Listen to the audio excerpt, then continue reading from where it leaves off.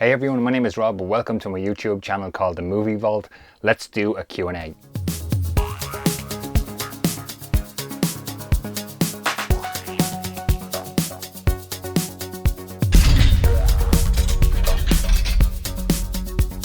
Hey everyone, thanks for checking out this video. I posted on social media I was going to do a Q&A video, so thanks to everyone who submitted some questions for this video here today. So let's get into it. So I have my phone here and I'm going to go through the questions you guys submitted. We're going to go to YouTube first. So first question up here is from Northern Lights. Thanks for sending in the question. What are your top 5 movies or TVs, go-to movies or TV shows, something you revisit every couple of years? Great question. Sometimes I find this kind of varies a little bit, but TV shows, I have a stack of stuff here. Always Sunny in Philadelphia. I love this show. I know it's not for everybody, but yeah, I really enjoy it. And you guys know I recently picked up all the seasons on DVD, so Always Sunny, I'll always revisit this. Maybe once a year I'll kind of rewatch the whole thing, if that makes sense. Really old box set of Friends DVD. You know, I could rewatch Friends over and over again. Watched it, first time run on TV, and would continue to do so. If it's on the TV, I'll keep it on. Family Guy as well. This is a DVD, season 11 DVD. I need to catch up with more seasons on DVD, but yeah, Family Guy is something I enjoy. Not so much those kind of musical episodes, but I do enjoy Family Guy. It's quite funny. Next one up here, and really old one. I don't know that a lot of people really talk about this anymore, but this is season 1, Married with Children. I love Married with Children.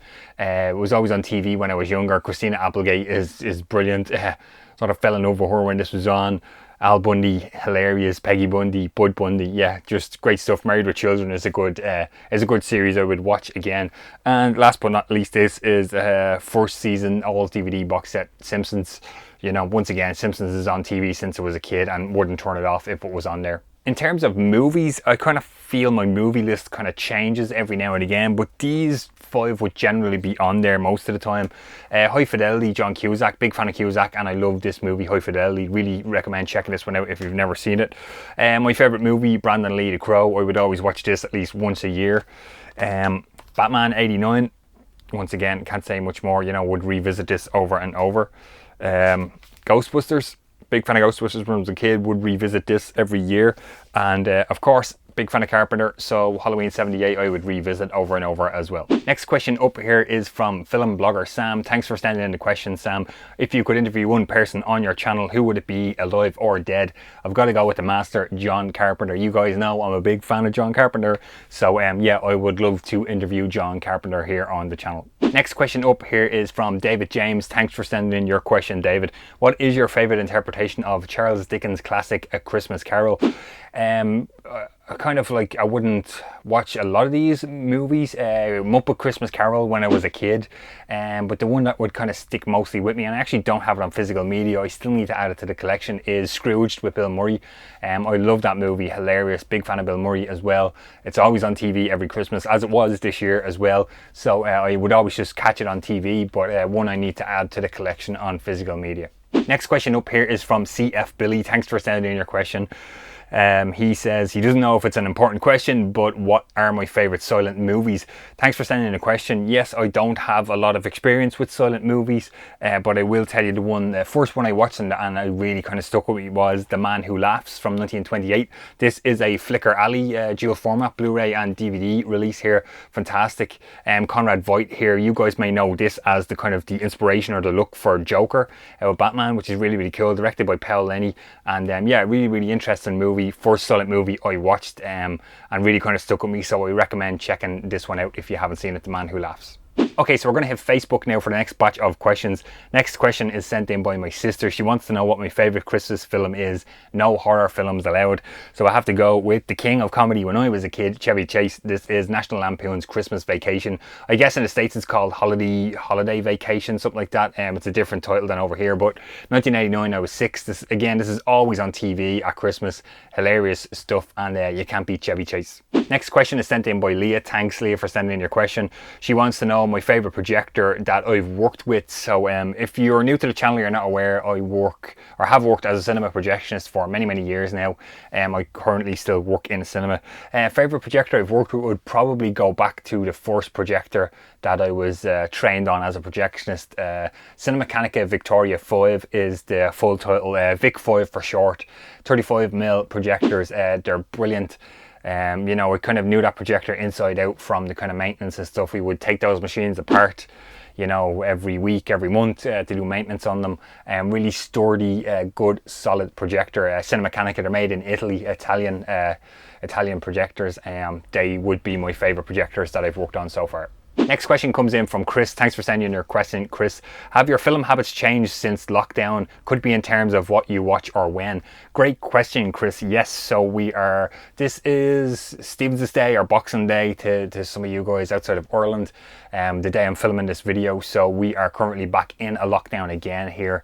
So the first lockdown in March, I would say my viewing habits definitely did change.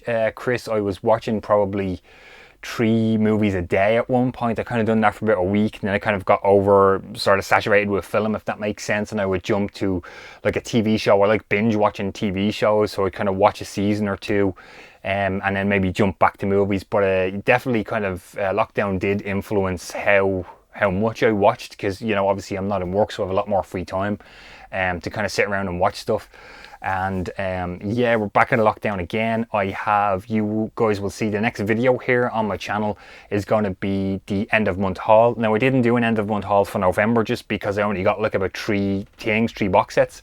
So I'm going to combine my November December haul into one video here on the channel, and it's a pretty like mega haul. I've bought a lot of stuff, and you know, Christmas just yesterday, I got some new stuff in. I have all this stuff to watch and get through, and you know, lockdown pending here, so I'm gonna have a lot of free time again. So yeah, Chris, definitely lockdown has definitely influenced how I watch stuff. And yeah, some days I want to watch more, some days I want to watch less, some days I want to watch movies, some days I want to watch TV shows. I love the Netflix kind of murder style documentary things as well. Documentaries in general I like watching. So yeah, there's a lot more free time to watch stuff I feel in lockdown, and depending on your mood is, you know, how I'll kind of watch stuff. But yeah, great question.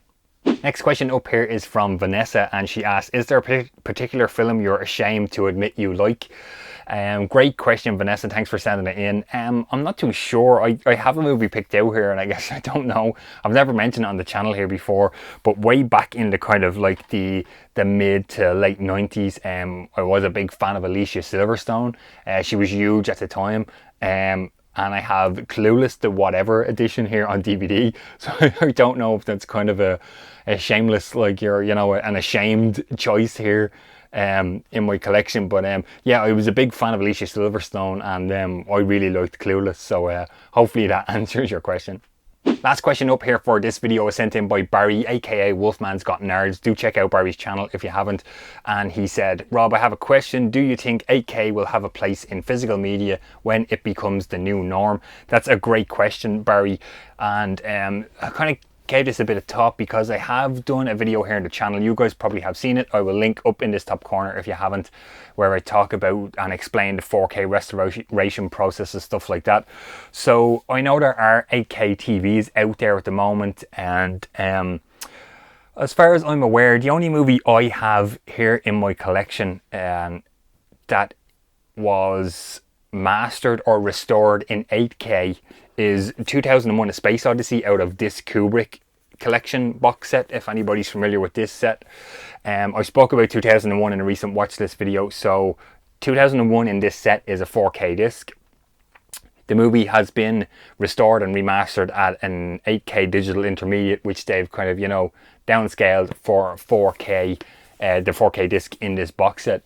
So I'm not too sure what other movies are mastered or, you know, restored in 8K that's out there right now.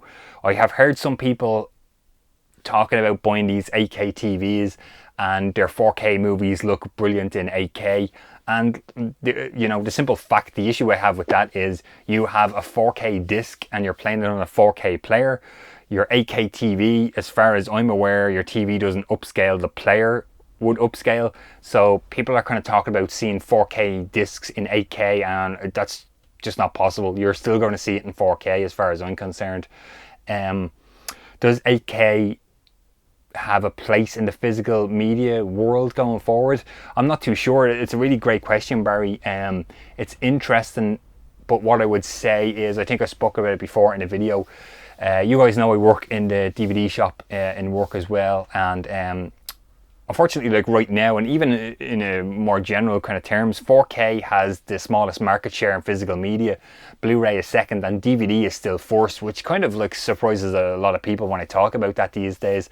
So there are a lot of people who still have a DVD player. They don't know what Blu-ray is, and they don't want to upgrade to Blu-ray, so there's no way they're going to 4K, and double that, there's no way they're going to go to 8K.